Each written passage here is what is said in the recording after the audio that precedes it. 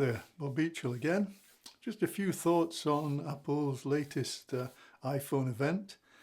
What am I planning to buy and why? Okay, so Apple had its latest iPhone event just 2-3 days ago on Monday. And they announced, of course, new iPhones, new Apple Watches. That's always expected.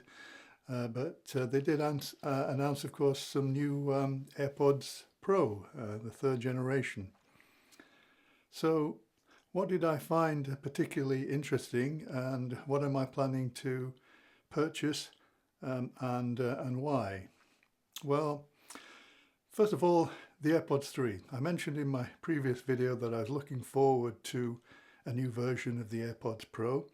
I love my current second generation ones, and I'm really looking forward to getting the third generation. So I immediately pre-ordered those on the day that you're able to. Should be getting them on September the 19th.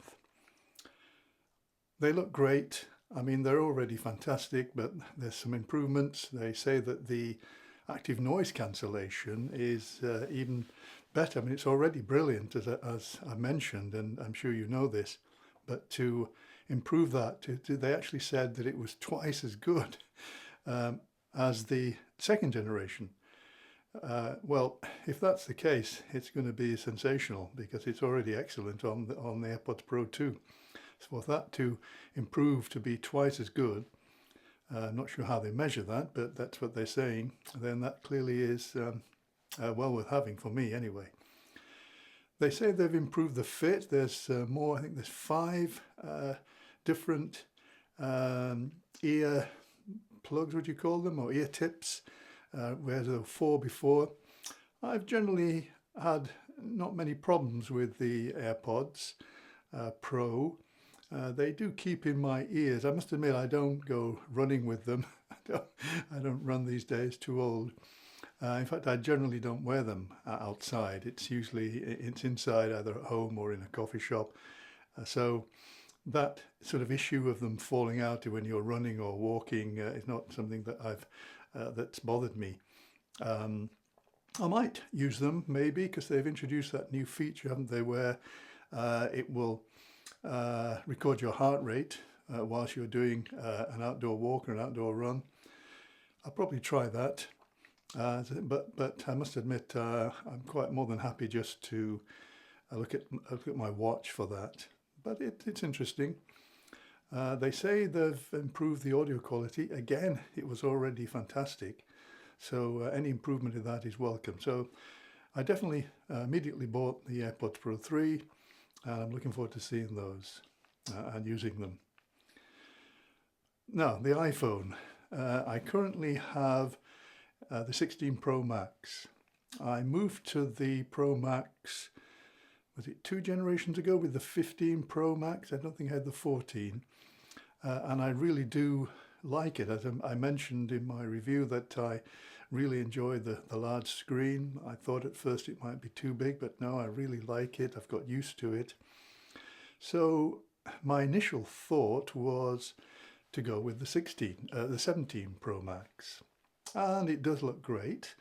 Again, they've made some improvements, but seems to be fairly marginal this time. But what I have decided, in fact, to do is to go for the Air, the new iPhone Air. Now, this, of course, was strongly rumoured. It was no surprise when they announced it. There was a surprise in the name that it wasn't the iPhone 17 Air, just the iPhone Air. But it had, of course, been strongly rumoured. But nonetheless, the rumours couldn't, of course, give as much detail as you actually got on the day. So it was really good to actually see the event. And I have to say, as I say, that's the one I've gone for. I've set up my pre-order in the Apple Store app. I'm waiting until Friday it's 1 p.m. here in the UK to hopefully get my order in, and so I can pick it up on the 19th along with my AirPods Pro 3. We'll have to see. But why did I go for the Air, not the Pro Max? Well, firstly, it's new, and to some extent, having had iPhones for many years now, which have all, to a large extent, looked and felt the same, particularly since the redesign with the iPhone X, iPhone 10, I think, which started this current sort of design. So I was attracted by its newness, and of course by the slimness. It does look incredibly thin.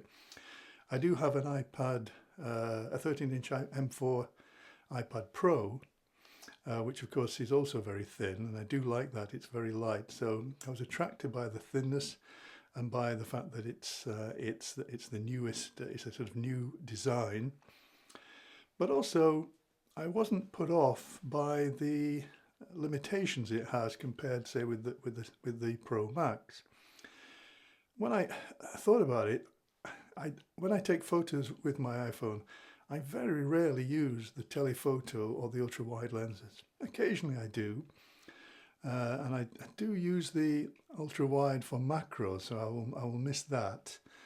But otherwise, most of my, I would say 80% or more of the photos I take are with the main 48 megapixel camera, which of course is there on the iPhone Air. So I don't think that I'll be missing the fact that there's only one lens. I think I'll be happy with it. And also, I thought, well, it's an incentive. If I don't get the Pro Max, it's an incentive for me to use my dedicated mirrorless camera, my Nikon Z5 II, which I've recently, Z5 II, Z50, Z5 II, isn't it? Which I've recently purchased along with some excellent lenses. And there is a tendency when you have the iPhone with the three lenses to just use that and not make the effort to use a dedicated camera. And there's no doubt that even though the iPhone does take excellent photographs, they're not as good as a dedicated camera like the Nikon. And so in a way I thought that if I don't have the three lenses, it'll incentivize me to make more and better use of my actual sort of more professional camera system. The video features, again, I did originally buy the Pro Max because I thought I could use the video features, but I don't actually take that many videos. I mean, the video I'm taking here is using my Sony FX30. Again, that takes much better video than the iPhone. The iPhone's very good, but it's not as good as this Sony. So I'm not going to miss not having access to the improved video features, you know, the ProRes RAW format that's available, and the Genlock, which I mean, I'm certainly not going to use that. I'm not a professional videographer, so I'm not going to miss that. And otherwise, of course, the iPhone Air does have most of the other features. It has the same excellent display. As on the Max, on the Pro. It has only one little speaker, I believe, which, okay, that could be a limitation, but to be honest, when I'm listening to, watching videos or listening to music on my iPhone, I'm using my AirPods or some other Bluetooth headphones. So again, the missing speakers is not going to be something that I will worry about. And I think the advantages of it, you know, the slimness, the fact it's much lighter, the fact that the battery life will be okay for me.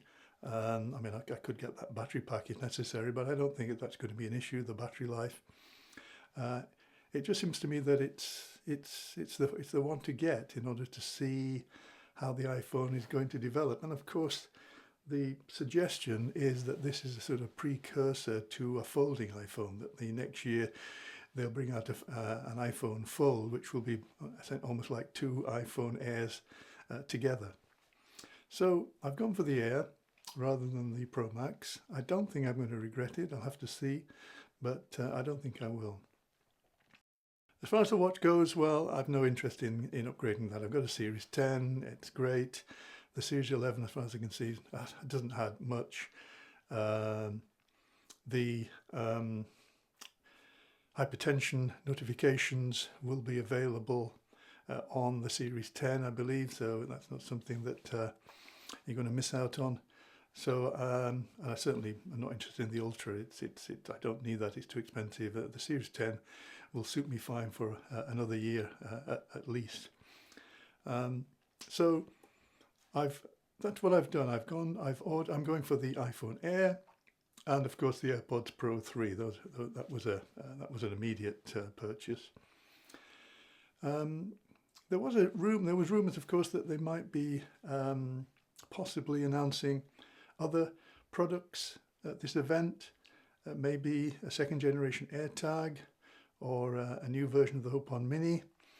Neither of those, of course, appeared, and certainly not the HomePad, which I've talked about before, that new smart home device.